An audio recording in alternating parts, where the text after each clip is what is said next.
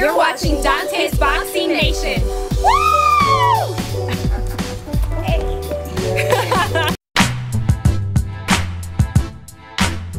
Dante's Boxing Nation, what's going on, guys?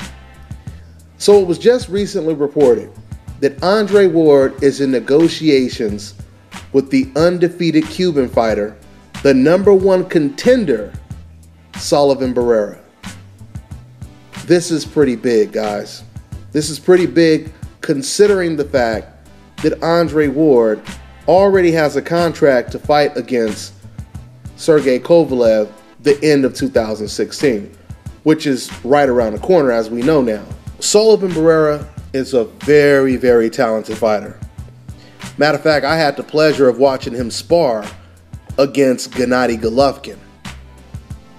And I can't talk too much about the sparring, but I can tell you this.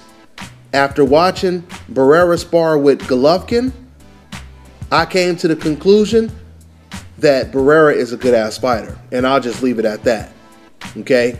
Very, very good sparring session. Now, for those of you guys who don't know, Barrera is in the same stable as Gennady Golovkin. And he's trained by the same trainer, Abel Sanchez. Now, according to reports, trainer Abel Sanchez is already saying they want more money to fight against Andre Ward. Now, you know, I find it kind of ironic that Abel Sanchez, he says we need more money to fight someone like Andre Ward. But when Ward was calling out Golovkin, Abel Sanchez was saying that Andre Ward, he brings no money to the table. I mean, which one is it? I mean, my whole thing is, if Andre Ward is not a star, if he's this bum that no one knows, can't sell tickets and all that kind of stuff, why would you be asking for more money for an opponent like that when you weren't asking for more money in previous fights? Now, I don't blame this on Sullivan Barrera at all.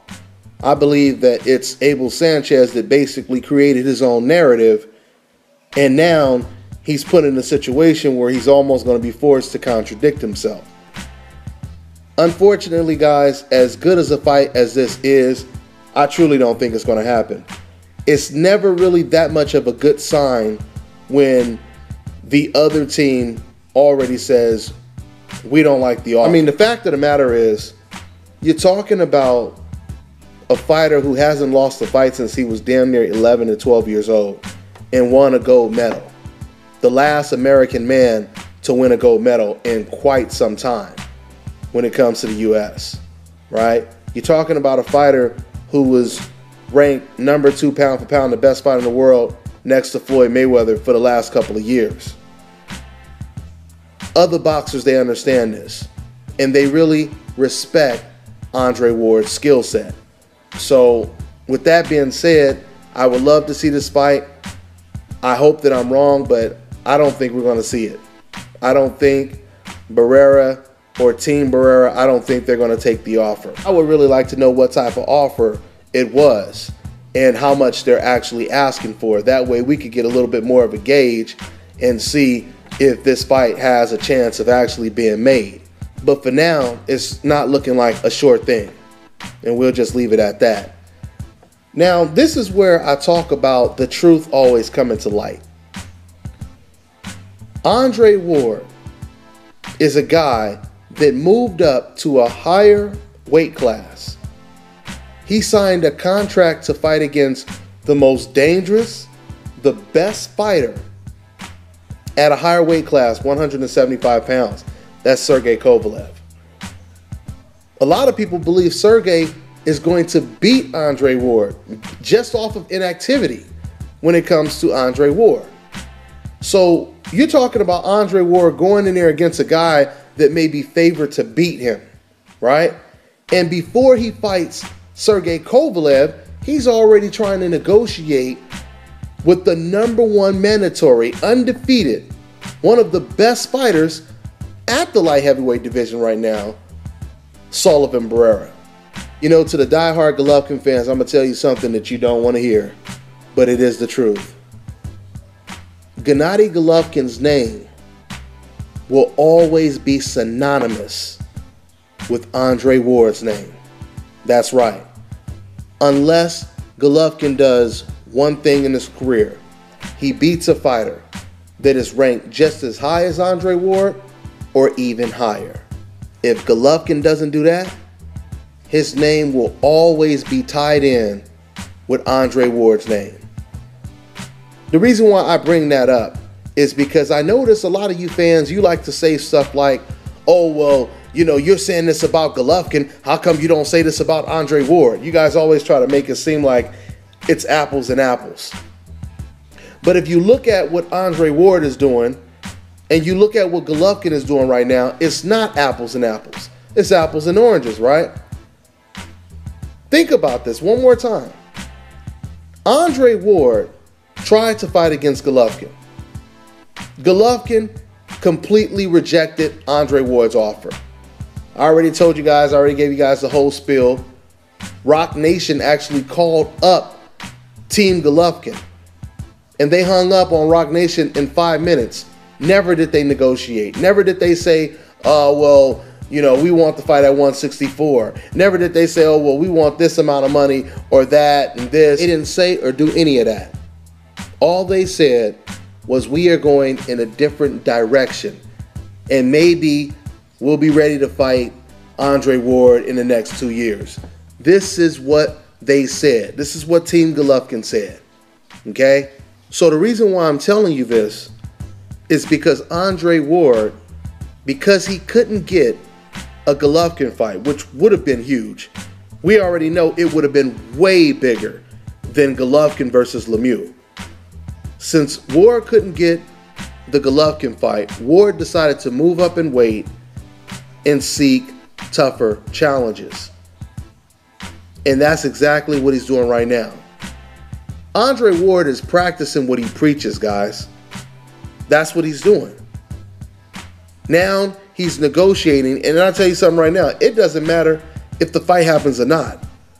The fact that Andre Ward is pushing for a fight with a very talented, undefeated #1 contender like Sullivan Barrera before he goes after Sergey Kovalev, it tells you a lot about Andre Ward in contrast to Gennady Golovkin. Because I want you guys to really think about this. Gennady Golovkin is fighting at 160. Now, the excuse that the fans were using why he wasn't going to fight DeGale, why he didn't fight Ward, and why he didn't fight these fighters, they said the reason why is because Golovkin wanted to stay at middleweight and unify all of the belts. But the problem is, we just found out that Billy Joe Saunders and Danny Jacobs, they don't want to unify the belts. They're not willing to get in the ring with Golovkin, at least at this time. So now Golovkin is stuck here in the middleweight division with no one to fight. When is Golovkin going to move up to a higher weight class and fight some undefeated #1 contender? The question is, like I just said in my previous video, guys, if Andre Ward is trying to fight undefeated fighters like Sullivan Barrera at a higher weight class, who is Golovkin going to fight to top that? We know he wants a Canelo fight, but we already know that he's not even going to fight Canelo in his next fight, because Canelo doesn't want that fight, and there's no guarantee Canelo will take that fight the end of 2016. So while Andre Ward once again is fighting real competition, guys that have just as good of a chance to beat him as vice versa, what is Golovkin planning on doing, guys? I mean, you guys in the comment section, you keep trying to compare what Andre Ward is doing to what Golovkin is doing. But I mean, let's really think about it. If Andre Ward, let's just say, if Team Barrera, if they take this fight with Andre Ward, that will mean that Andre Ward, he'll be fighting Barrera and Sergey Kovalev in the same year. Sergey Kovalev, he might even be fighting Adonis Stevenson and Andre Ward in the same year, right? Both of these fighters are trying to fight the best opponents in their division. But with Andre Ward, it's more impressive because he moved up to a higher weight class. So once again, I ask you guys the question. Who is Golovkin going to fight? And you know what? I'll make it easy for you guys. Let's just say hypothetically, Canelo, he caves in and he actually signs a contract to fight against Golovkin. Let's say Golovkin does away with Canelo. And Danny Jacobs and Billy Joe Saunders, they still want no parts of Gennady Golovkin. What does Golovkin do next, guys? Does he just stay there at middleweight, just looking for no names to fight for the rest of his career? Or does he do what greats often do? Move up in multiple weight classes to win as many belts as possible. You know, I did an interview with Jeff Mayweather. And Jeff Mayweather was very sympathetic when it came to Gennady Golovkin's situation. Because when I asked Jeff if Gennady Golovkin should fight against a fighter like James DeGale, who just recently called him out, you know, if he doesn't get the Canelo fight, he doesn't get, you know, the unification bouts, should he fight James DeGale? And Jeff Mayweather was basically saying that Golovkin should look for the low risk, high reward type of fights. In other words, he should fight guys that he has a better chance of beating, as opposed to getting in the ring with a guy that he would most likely lose to. And then Jeff Mayweather said something that I thought was pretty interesting. He said Golovkin, he shouldn't fight fighters like Andre Ward and James DeGale, because if you lose, your stock goes down, right? So he should try to make his money by fighting the bigger names. This is what Jeff Mayweather is saying. Like a Carl Froch, who is, you know, obviously retired, and we don't know if he's ever going to come back and actually fight Golovkin. But this is what Jeff is saying. He should fight someone like that because he may lose to Andre Ward. This is what he was basically saying, right? Now, what was so funny about this is after Jeff Mayweather said this, and by the way, you guys can watch the fight. I'll try to put the link in the description box. But after, of course, Jeff Mayweather says this, in the comment section, you have all these people, you know, celebrating and praising what Jeff Mayweather just said. Like, yeah, that's right. Tell him, Jeff Mayweather. That's right. Tell him. He doesn't have to fight Andre Ward, and he doesn't have to fight James DeGale, and he needs to make his money. And I'm sitting over here almost laughing and shaking my head like, wait a minute, what kind of fans are these? You guys are actually happy to hear one of Golovkin's biggest advocates, Jeff Mayweather, suggesting that Golovkin should stay away from the tough competition, or the toughest competition, and he should cherry pick his opponents to build up his bank account. Isn't that telling us that even a guy who supports Golovkin doesn't even have confidence that he's the best fighter in the world? How crazy is that, right? You fans are actually celebrating the fact that Gennady Golovkin doesn't have to face the toughest and the best competition available.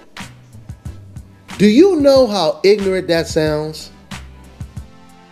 You would never hear me say something like Keith Thurman is the welterweight champion, but he shouldn't fight fighters like Errol Spence and Kell Brook, you know, because if you lose in a sport like this, you may not be able to recover. I mean, you know, your stock goes down, etc., etc. So I think Keith Thurman, he should fight certain fighters where he can make his money, but just avoid someone like Kell Brook because he may not make as much money, etc., etc. How does that sound? That doesn't make any sense. It sounds like I have no confidence in Keith Thurman when it comes to him being the best, right? You would never hear me say something like that about Golovkin, about Canelo, about Errol Spence, Terrence Crawford, Andre Ward. You will never hear me say something like that, especially when that fighter has already become champion of the world. It sounds ridiculous when these fans make these excuses to him. Oh, well, you know, he can make more money doing this and that. You guys are not promoters. That's not your job to care about how much money a fighter is making. But we know when people do that, they only do that when it's in favor of the fighter that they're trying to protect. So they're not really even trying to be promoters. They're just trying to use that as an excuse because they don't want their fighter to lose. But see, me, I'm different. Even if I'm rooting for a guy, and even if I think he can't beat the opponent, I still want to see him challenge himself, right? I mean, for example, we already know that Kovalev, he's a beast, and I give him all the props in the world as a boxer. But the truth is, he's an open racist. But just because he's a racist doesn't mean that he's not the most dangerous fighter at 175. When Andre Ward goes against him, hell yeah, I'm rooting for Andre Ward, right? But just because I'm rooting for Andre Ward, I'm not going to say just because Kovalev is so dangerous, and Kovalev has a good chance of winning that fight, I'm not going to say, nah, Andre Ward don't need to fight that guy. Kovalev can't even sell tickets. Don't nobody even know who he is, etc., etc. Excuse, excuse, excuse, right? I'm not going to do that. Even if I think Kovalev can beat Andre Ward, I still want to see the fight. Because I want to see who the best is. Even if my guy loses, I want to see who the best is. You ain't gonna never see me saying, yeah, I don't want to see him fight the best, and try to make it seem like that's a good thing. Like these fans did when they heard Jeff Mayweather say that. That ain't no good thing. That ain't no good thing that you don't have confidence in your own fighter. A fighter that has never fought a pound-for-pound opponent. A fighter that has never beat an undefeated, top-ranked, #1 mandatory type of challenge or an opponent. And as soon as there's an opportunity for your guy to face someone like that, you pray that it doesn't happen. That's not a good thing, guys. Once again, that shows that you have no confidence in the fighter that you support. That's all you're telling people. That's it. I'm telling you guys right now. Yeah, I mean, and it really doesn't even matter. That's just extra icing on the cake. But if we're 2016 is coming quick. And if Andre Ward beats Sergey Kovalev, which is no guarantee that he will, because that's like a 50-50 fight. But if Ward beats Sergey Kovalev by the end of 2016, one more time, who should Golovkin be fighting if Canelo doesn't get in the ring with him? Even if Canelo does get in the ring with him, who should Golovkin fight next? Should he move up in weight? Should he pull a Andre Ward? Or should he just stay at 160 and just continue to pick the safest opponents? That's all I got for now. I'm on to the next one.